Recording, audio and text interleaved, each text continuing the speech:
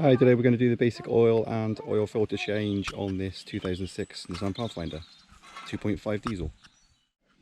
First of all, I put it up on some ramps so I can get to the engine cover to make it a bit easier to take the engine cover off with the bolts front and back.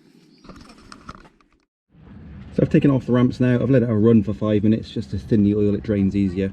And next thing, we'll just undo the sump plug, which is here, and drain the oil out. And the sump plug is 14mm.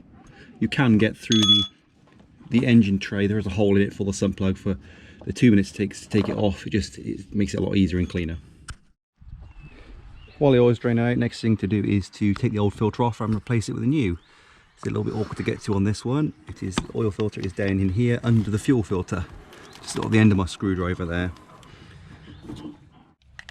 I can use this tool.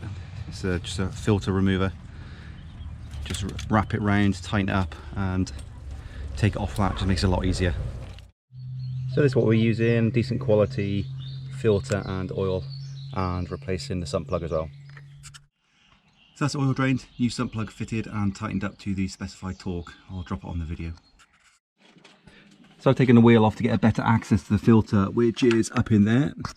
So I've taken the old filter off. One thing to bear in mind is there's actually a drain pipe underneath this drain pipe here. So if any excess oil comes out of the filter, it actually collects in the little house in there, and it will drain out the bottom.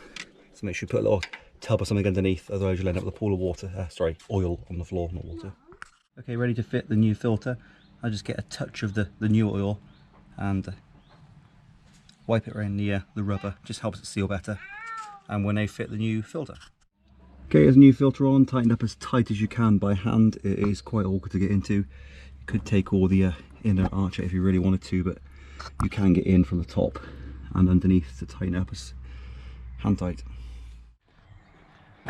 Next thing, just to fill the engine oil up, I've taken the cover off again, just to give us ease of access, and if we get any spillage, it's just easy to clean up, and it does collect all rubbish in here, so it just saves any rubbish going into the engine. This engine holds 6.9 litres in the engine and 0.4 litres in the filter, so 7.3 in total.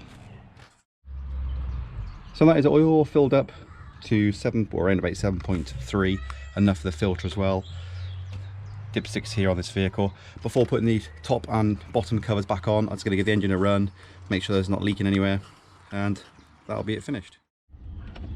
So the oil light might stay on for a short time while the filter fills up, but it should only be for a very short time.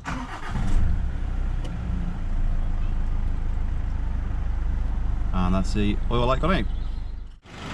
That's both the top and bottom guards back on, there's no leaks, and that's it finished. Thanks for watching.